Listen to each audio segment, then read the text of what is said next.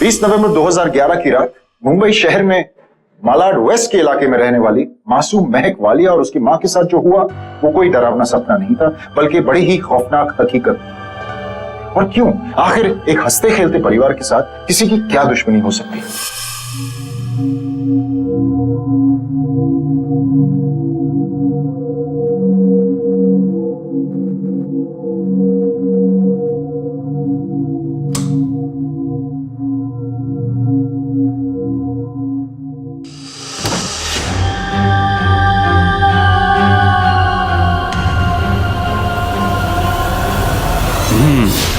अरे छोड़िए छोड़िए मुझे।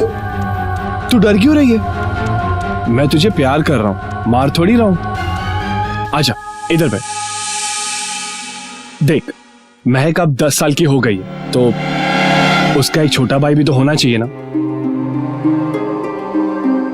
अरे अब उस बात को कितने टाइम तक तो अपने मन से लगा के रखेगी? जब भी तेरे पास आता हूं तू यूं ही मुझसे दूर चली जाती है। आप जानते हैं ना, मैं उस बात को इतनी आसानी से नहीं भूल सकती। अगर खुद नहीं भूलेगी तो ना तू जिएगी ना मुझे जीने देगी। मैं उस बात को याद भी नहीं करना चाहती। प्लीज उस बात का जिक्र मेरे सामने दोबारा मत कीजिएगा। हरप्रीत किस दर्द के बारे में बात कर रही थी? आखिर उसके साथ ऐसा क्या हुआ था जिसकी वजह से वो अपने पति को भी अपने पास नहीं आने देना चाहती? Walia ji, good morning. Good morning Shekhawat sahab. Good morning भाभी जी। Good morning. क्या बात है, आज महक बिटिया को आप स्कूल छोड़ने जा रहे हैं? ऑफिस से छुट्टी ली है क्या? नहीं नहीं नहीं, बिल्कुल नहीं। वो क्या है कि आज महक ने अपनी स्कूल की बस मिस कर ली, तो मैंने सोचा कि मैं ही ड्रॉप कर लूं। ओहो। अरे सुनो। Yes sir. कहाँ जा रहे हो? सर 705 में राजेंद्र वालिया जी के घर में, उनका कुरियर है। ला मुझे दे दो ये पार्सल, मैं ही हूँ राजेंद्र वालिया। लेकिन सर कुरियर उनके घर पे ही डिलीवरी देना है, तो इसलिए। तो फिर आप एक काम करो, 1 घंटे बाद आना। ठीक है सर। जाइए। अरे वालिया साहब, उसको क्यों लौटा दिया? घर पे भाभी जी तो होंगी। शेखावत साहब, आप तो जानते हैं ना, आजकल का जमाना बहुत खराब, किसी पे भी भरोसा नहीं किया जा सकता। और वैसे भी हरप्रीत अभी घर पर अकेली है, तो इसीलिए। महक बेटा, बाय बोलो अंकल आंटी को। बाय बेटा। बाय बेटा। चलो टेक केयर। बिल्कुल मस्ती मत करना स्कूल सच में मिस्टर वालिया अपनी फैमिली को लेके कितने प्रोटेक्टिव हैं। पड़ोसियों की नजरों में वालिया परिवार खुश परिवार, ख्याल रखने वाला पति, घर को अच्छे से संभालने वाली पत्नी और एक प्यारी सी मासूम बच्ची। अब ऐसे परिवार के साथ किसी की क्या दुश्मनी हो सकती, या फिर वजह कोई और थी जिसके कारण पूरे परिवार को एक साथ मारने की कोशिश की गई? आप आ गए? क्यों नहीं आना चाहिए था? नहीं नहीं, शर्मा जी कब से आपका इंतजार कर रहे हैं। आप दोनों बैठिए, मैं चाय लेकर आती हूँ।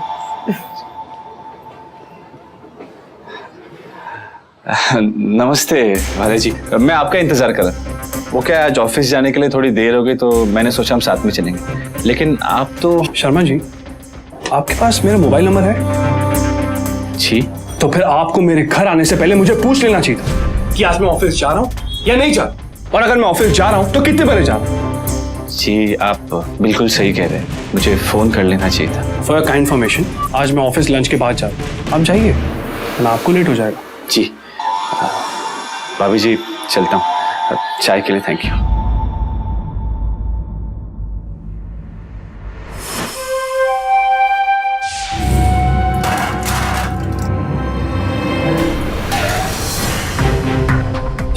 शर्मा जी, निकलो मेरे घर से। भाभी जी, गुस्सा होने का नाटक क्यों कर रही हो? मैं भी जानता हूँ कि तुम मुझे उतना ही पसंद करती हो जितना मैं तुम्हें पसंद करता हूँ, इसलिए तो वालिया जी के गैर मौजूदगी में तुम मुझे अपने साथ यहाँ बिठा कर रखती हो। निकलो यहाँ से। तुम ऐसे निकलते धक्के मार के वालिया जी निकालो। तुमसे 10 साल बड़े हैं। मुझे वालिया जी को फोन करके बुलाना ही पड़ेगा। नहीं नहीं भाभी जी, देखिए ऐसा मत कीजिए, वालिया जी को कुछ मत बताइएगा।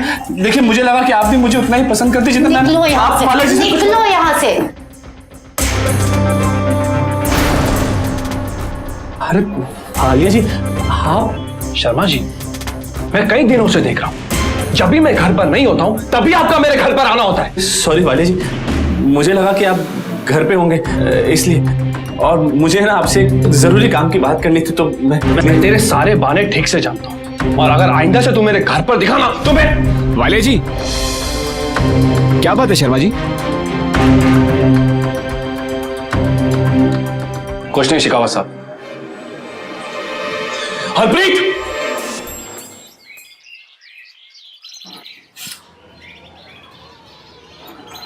उठिए, सुबह हो गई है। उठो। नींबू पानी, इसे पीने से आपके सर का दर्द कम हो जाएगा।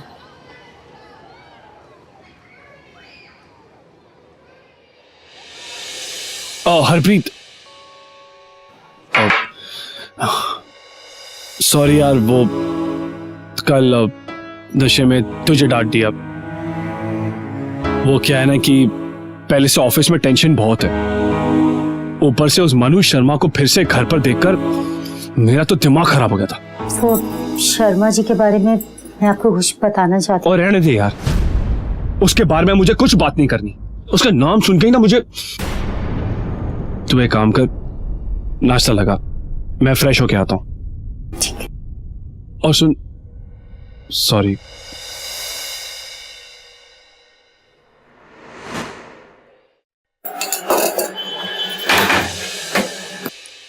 हरप्रीत जी, तुम कुछ भूल रही हो।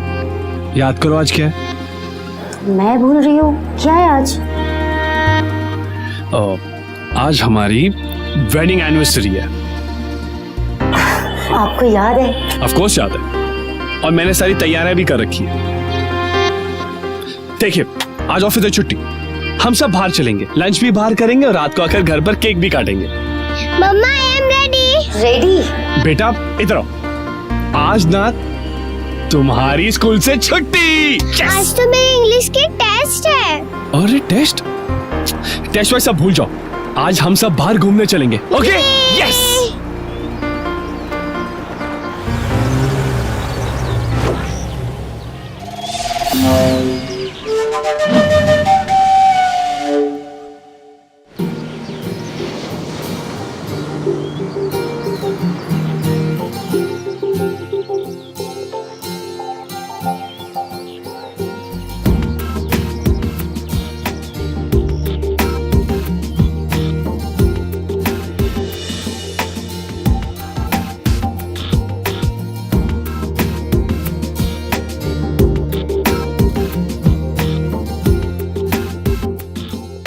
हरप्रीत ने पूरा दिन अपने परिवार के साथ बेहद खुशी के साथ गुजारा। राजेंद्र और हरप्रीत के बीच जो गलतफहमी थी वो भी दूर हो चुकी थी। फिर उस रात कुछ ऐसा हुआ जिसकी वजह से उनकी पूरी जिंदगी बदल गई।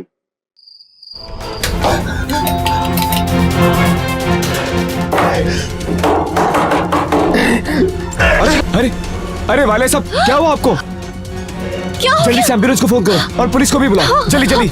महक और हरप्रीत खून से लथपथ पड़े हुए, लेकिन कौन थे ये लोग जिन्होंने इस प्यारे से परिवार पर इतनी बेरहमी से हमला कर दिया? क्या ये लूटपाट या फिर डकैती का मामला था या फिर और कोई साजिश? हरप्रीत, सब प्लीज संभालिए अपने आप को। मेरी बच्ची हो, मेरी बीवी का है। सर अभी आप लेट जाइए, आपकी हालत अभी नाजुक है।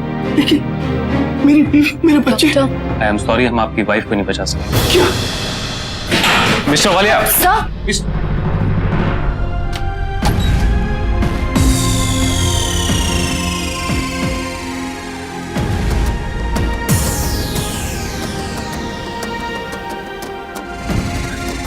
हरप्रीत, देखिए, आपकी वाइफ को हॉस्पिटल लाने में काफी देर हो चुकी थी।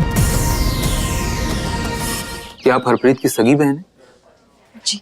आप उस वक्त वहाँ मौजूद थी जब ये घटना घटी थी? जी नहीं इंस्पेक्टर साहब, मैं वर्किंग वुमेन्स हॉस्टल में रहती हूँ, मैं वहीं थी। मिस्टर शेखावत के पास में मेरा मोबाइल नंबर, उन्होंने ही मुझे इस हादसे के बारे में। मिस्टर वालिया जी, क्या आप मुझे बता सकते हैं कि ये सब कैसे हुआ? उस दिन हमारी एनिवर्सरी थी, पूरे दिन साथ में घूम रहे थे हम। उसके बाद हम घर भी आए, हमने साथ में मिलकर केक भी काटा, सब कुछ अच्छा जा रहा था। फिर अचानक रात को 3 बजे इंस्पेक्टर साहब, उन लोग ने अपना चेहरा ढका हुआ था और लाइट भी ऑफ कर दी थी, इसीलिए मैं उनका चेहरा ठीक से देख नहीं पाया। कितने लोग थे? 4 लोग थे। मिस्टर वालिया, एक काम करते हैं, आपके घर चलते, देखते हैं कि कौन कौन सा सामान गायब।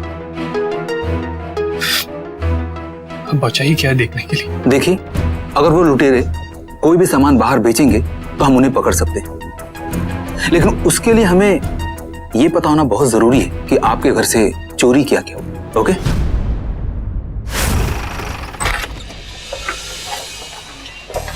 Excuse me, mister Walia ji, आप एक बार अलमारी चेक कर लीजिए, देखिए आपका सारा सामान है या नहीं। अभी तुम देख।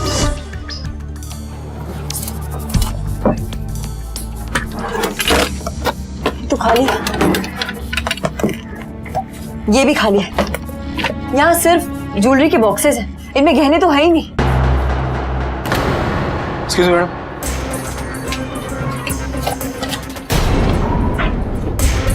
मिस्टर वालिया ये पैसे? तो हाँ, वो हमारे घर पर काम होने वाला था, तो कॉन्ट्रैक्टर के लिए 4 लाख रुपए निकाल के रखे थे। बड़ी अजीब बात है, चोर ये सारे पैसे छोड़ गए और गहने ले। लेकिन इंस्पेक्टर साहब, ये भी तो हो सकता है कि जीजा जी के घर से भागने के बाद वो लुटेरे जल्दबाजी में पकड़े ना जाने के डर की वजह से भाग गए और उनकी नजर ही ना पड़ी हो पैसों पे। हो सकता है और नहीं भी हो सकता। देखिए, इस केस को हमें हर एंगल से देखना हो। ये केस काफी पेचीदा लगता है। हेमंत, एक काम करो, आसपास के लोगों से पता करो कि वालिया साहब की किसी से दुश्मनी तो नहीं। पहली नजर में यह मामला लूटपाट का लग रहा है, लेकिन जब पुलिस को यह पता चला कि लुटेरों ने अलमारी में रखे हुए 4 लाख रुपयों को हाथ तक नहीं लगाया, तब उन्हें शक हुआ कि यह सब उन्हें गुमराह करने के लिए किया गया है। अब सवाल ये उठता है कि अगर यह मामला लूटपाट का नहीं था, तो फिर इसके पीछे असली वजह क्या थी? और इस सच्चाई तक पहुंचने के लिए पुलिस वालिया परिवार के पड़ोसियों से पूछताछ करने लगी।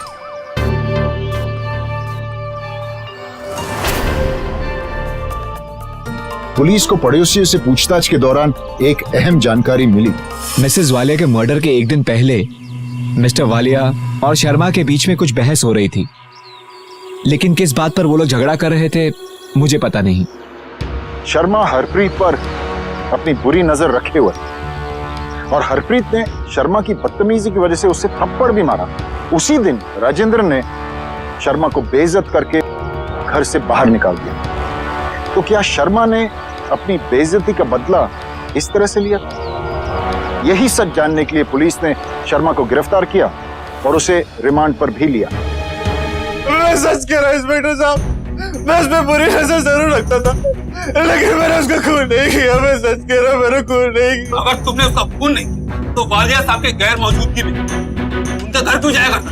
बोल बोल, तेरे और हरप्रीत के बीच में क्या चला? मेरा यकीन भाई इंस्पेक्टर साहब, हमारे बीच में ऐसा वैसा कोई रिश्ता नहीं था, कोई रिश्ता नहीं था सर। हरप्रीत के मर्डर के एक दिन पहले तेरा और वालिया साहब का झगड़ा क्यों हुआ? देख हमारे पास चश्मदीद गवाह है, अगर सच नहीं बताया ना तो अभी मैं उसे बुला। उस दिन जब मैं उनके घर पे गया था, और जो खुशी वो तुम्हें नहीं दे सकते। फिर जब उन्होंने मुझे चाटा मारा तो मैं चुपचाप घर से चला गया, लेकिन फिर घर के बाहर मुझे वालिया साहब मिले और उस दिन वो बहुत गुस्से में थे, इसलिए मेरा उनके साथ झगड़ा हो गया सर। और उसने तुम्हें बहुत बेइज्जत किया, और इसी बेइज्जती का बदला लेने के लिए तुमने हरप्रीत का मर्डर कर दिया, है ना? नहीं सर, मैं भगवान की सौगंध खाता कहता हूं, मैंने किसका खून नहीं किया। प्लीज इंस्पेक्टर साहब मुझे जाने दीजिए, मैंने किसका खून नहीं किया। इंस्पेक्टर साहब, कुछ कहा शर्मा ने? इसने खून नहीं किया। इसके और आपके बहन के बीच में जो कुछ भी हुआ, ये तो बस हरप्रीत ही बता सकती है। हाँ, ये चाहता तो हरप्रीत की थप्पड़ वाली बात छुपा सकता, लेकिन इसने ऐसा नहीं किया। मुझे लगता है कि इसने ये खून नहीं किया।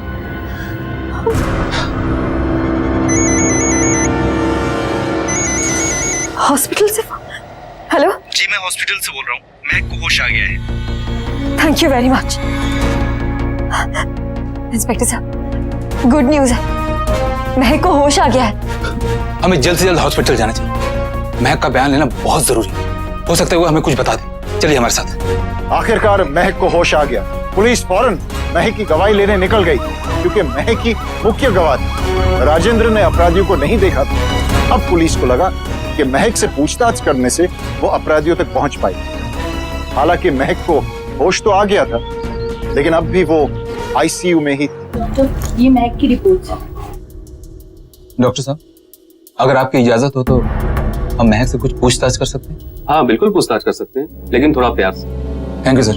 डॉक्टर साहब, अब तो महक को होश आ गया, मैं उसे घर लेके जाना चाहता हूँ। देखिए मिस्टर वालिया, महक अभी ऐसी हालत में नहीं है कि आप उसे घर ले जाएं। लेकिन प्लीज मुझे अब उसे इस हॉस्पिटल में नहीं रखना। यहाँ पर पता नहीं कितनी बार वो पुलिस वाले आकर मेरी बच्ची को परेशान करते रहे। और हाँ, मैं उसका बाप, वो मेरी जिम्मेदारी, मैं उसे जहां चाहूं वहां लेके जा सकता। ठीक है, जैसे आपकी मर्जी, लेकिन महक अभी भी ठीक हालत में नहीं है। कल को उसे कुछ भी होता है तो उसकी पूरी जिम्मेदारी आपकी होगी, हमारी नहीं। मैं भी महक के डिस्चार्ज पेपर बनवाता हूँ। जी थैंक यू। देखिए, हमने राजेंद्र के बारे में बहुत पूछताछ करने की कोशिश की और हर किसी ने कहा कि वो अपनी पत्नी और बेटी से बहुत प्यार करता है। It is not possible inspector, वरना महक मुझसे ये क्यों कहती? पापा उसे मार देंगे। देखिए, हो सकता है कि अभी तक वो बच्ची इस हादसे से उबर नहीं पाई। नहीं इंस्पेक्टर साहब, मुझे कुछ गड़बड़ लगती। मैंने डॉक्टर साहब से खुद पूछा था और उन्होंने मुझे बताया है कि जीजा जी ने महक को जबरदस्ती डिस्चार्ज करवाया हॉस्पिटल से। लेकिन इस बात से हम राजेंद्र पर शक तो नहीं कर सकते। सारे पड़ोसियों का यही कहना है कि बहुत ही हैप्पी फैमिली थी। ये सच नहीं हो सकता इंस्पेक्टर साहब। मैंने अपनी बहन के शरीर पे चोटों के निशान देखे। हरप्रीति, ये क्या हुआ? गाल दिखाओ। अरे कुछ नहीं हुआ, वो मैं गिर गई थी, उसके निशान है ये। तो ये बता, खाएगी क्या खाने में? मैंने उससे कई बार पूछा और मेरे लाख पूछने के बाद उसने मुझे कभी कुछ नहीं बताया। हर बार कोई ना कोई बहाना बना के टाल देती थी। आप खुद ही सोचिए, जब मेरी सगी बहन ने मुझे ही कुछ नहीं बताया तो वो आस पड़ोस वालों को या किसी को भी कुछ क्यों बताएगी? मुझे कुछ गड़बड़ लग रही है इंस्पेक्टर, आपको छानबीन करनी पड़ी। जब मनप्रीत ने पुलिस को बताया कि राजेंद्र उसकी बहन के साथ मारपीट भी करता था, तो पुलिस ने घरेलू हिंसा को जोड़कर इस केस में जांच आगे बढ़ाया। एक प्रसिद्ध अंग्रेजी अखबार में छपी खबर के अनुसार सन 2007 से लेकर सन 2010 तक घरेलू हिंसा के 26,808 केसेस दर्ज हो चुके। और इसी बीच एक मेडिकल रिपोर्ट से पुलिस को राजेंद्र पर अपना शक और भी पक्का करने की एक और वजह मिल गई। ये है महक, राजेंद्र और हरप्रीत के मेडिकल रिकॉर्ड्स। इससे एक बात तो तय है कि तीनों पर एक ही चाकू से अटैक किया गया था। How is it possible? अगर तीनों पे एक ही चाकू से अटैक किया गया था तो उसके वार का असर सिर्फ दीदी और महक पे क्यों हुआ, जीजा जी पे क्यों नहीं?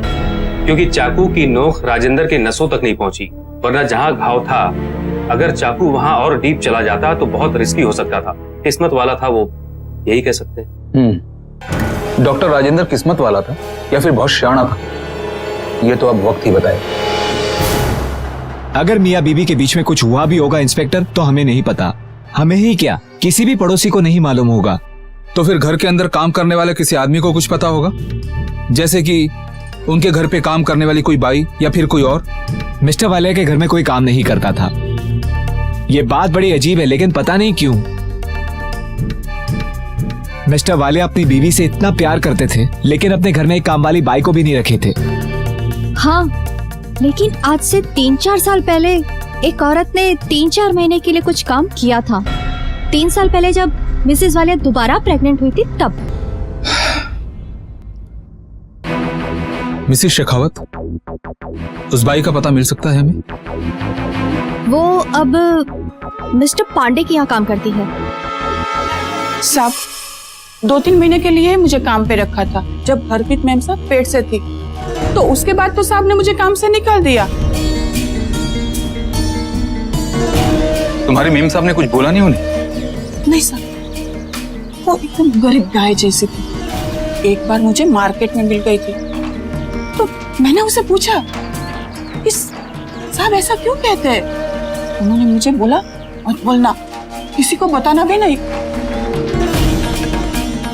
सर, मिस्टर वालिया के बगल में रहने वाले शेखावत जी ने हमें इस पेंट वाले के बारे में बताया था। इस पेंटर ने साल भर पहले वहाँ पर पेंट किया था।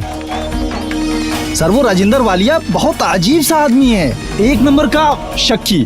क्यों, ऐसा क्या देख लिया राजेंद्र में? साहब, 6 दिन काम किया एक दिन मेम साहब बात करने क्या आ गई, उसने बोला सुबह को नहीं शाम को काम किया करो, वो भी मेरे सामने। और एक दिन तो तमाचा मार दिया अपनी वाइफ को हमारे सामने। ऐसा शक करने वाला आदमी, बीवी से मारपीट करने वाला आदमी अपनी बीवी का खून भी कर सकता है। मिस्टर वालिया, क्या प्रॉब्लम थी आपको अपनी वाइफ से? कोई प्रॉब्लम नहीं थी। किसने कहा आपसे कि हमारे बीच में कोई प्रॉब्लम थी? सारा इतिहास निकाल चुके हैं हम तुम्हारे बारे में। अगर कोई प्रॉब्लम नहीं थी तो आप अपनी पत्नी पर ऐसे ही हाथ उठा दिया करते? हाँ इंस्पेक्टर साहब, छोटे मोटे झगड़े तो होते रहते हैं हस्बैंड और वाइफ के बीच में। बीवी पर हाथ उठाना कोई छोटा मोटा झगड़ा नहीं होता। हरप्रीत तो जिंदा नहीं, वो तो आपको कुछ बता नहीं सकता। हो सकता है कि जिन लोगों ने आपको ये सब कुछ बताया है वो शायद मुझसे कोई दुश्मनी निकाल रहे हो, या तो फिर आपको बेवकूफ बना रहे हो। कौन किसको बेवकूफ बना रहा है इसका अंदाजा हो रहा है मुझे, समझे आप? You know what? आगे से मेरे वकील आपसे बात करेंगे। So thank you. इंस्पेक्टर साहब, आप इन्हें जाने नहीं दे सकते। अगर ये यहाँ से चले गए तो ये महक को भी मार डालेंगे। हम इन्हें नहीं रोक सकते, जाने दीजिए।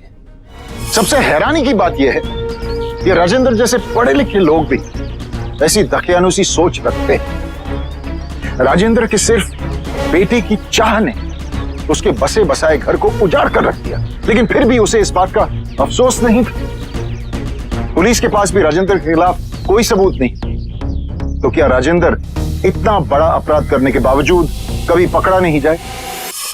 ये तो तय है कि राजेंद्र शक्की था, बात बात पर हरप्रीत को मारता पीटता, लेकिन उसने ये खून किया इसका हमारे पास कोई सबूत नहीं।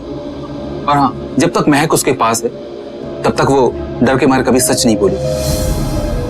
एक सबूत मिल सकता है इंस्पेक्टर साहब, यदि दीदी का खून जीजाजी नहीं किया तो फिर वो गहनों की चोरी भी नहीं हुई होगी। हो सकता है वो घर में ही कहीं हो। ये भी हो सकता है कि जीजाजी ने कहीं घर में छुपा के रख दिया हो। सही कह रहे हो तुम। अब ना ही बचेगा कोई गवाह और ना ही सामने आएगा कोई सच। ये जहर महक का मुंह हमेशा के लिए बंद कर देगा।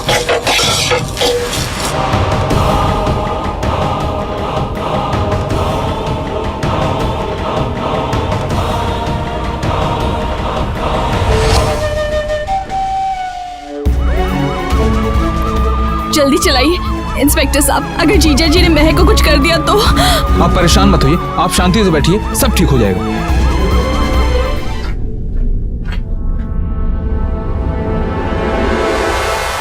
यस मिस्टर वालिया, हमें आपके घर की तलाशी लेनी है। लेकिन आप ऐसे कैसे किसी हमारे पास आपके खिलाफ सर्च वारंट है। अच्छा यही होगा कि आप कोऑपरेट करें, वरना आइए।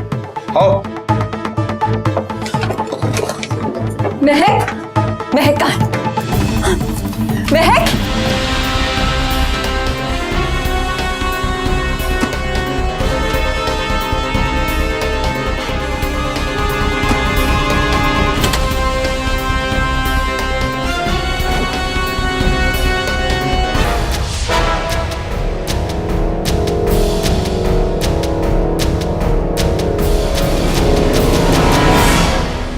सर ये आटे के डिब्बे से पोटली मिली है, इस पर गहने। देखा मैंने क्या कहा था इंस्पेक्टर? देखा आपने? कौन सी चीज कहां से मिली इसका तो हम पता लगा लें। मनप्रीत की होशियारी और सूझबूझ की वजह से ही राजेंद्र पकड़ा जा सका। राजेंद्र के घर से जो गहने मिले उसे यह साबित हुआ कि वो झूठ बोल रहा है। पुलिस को वो चाकू भी मिल गया जिससे हरप्रीत की हत्या की गई।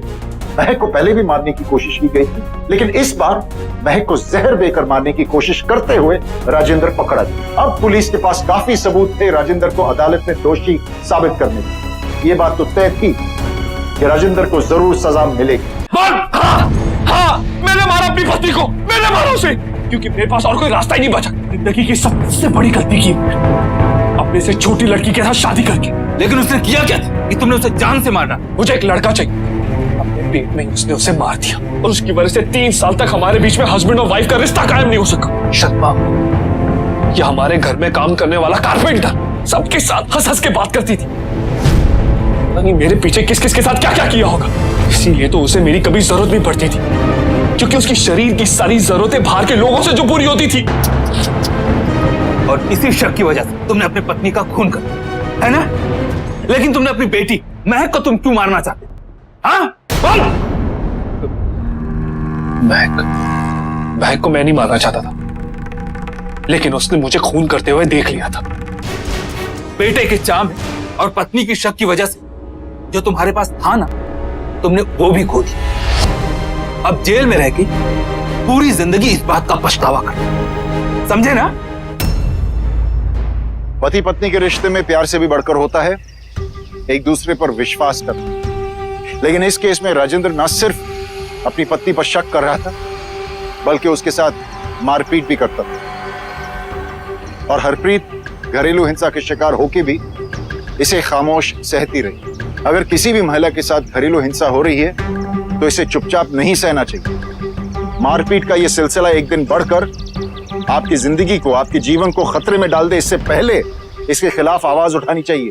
नजदीकी पुलिस स्टेशन या फिर किसी भी महिला आयोग में जाकर इसके खिलाफ रिपोर्ट दर्ज करा सकती हैं आप। अफसोस, अक्सर हमारे समाज में यह सोच नजर आती है कि बेटियां पराई होती हैं, बेटे अपने होते हैं। लेकिन सच तो यह है कि बेटा हो या बेटी, दोनों आपके अपने होते हैं। बस सिर्फ अपनी सोच को बदलने की जरूरत है। और जो लोग अपना ये सोच नहीं बदल सकते, वो बेटी की चाह में अपने पूरे परिवार की जिंदगी बर्बाद कर देते। जैसे आपने इस केस में देखा, राजेंद्र ने बेटी की चाह में अपनी पत्नी की हत्या कर दी, खुद जेल में सजा काट रहा है, और मासूम महक इस छोटी सी उम्र में अपने माँ बाप से अलग हो गई।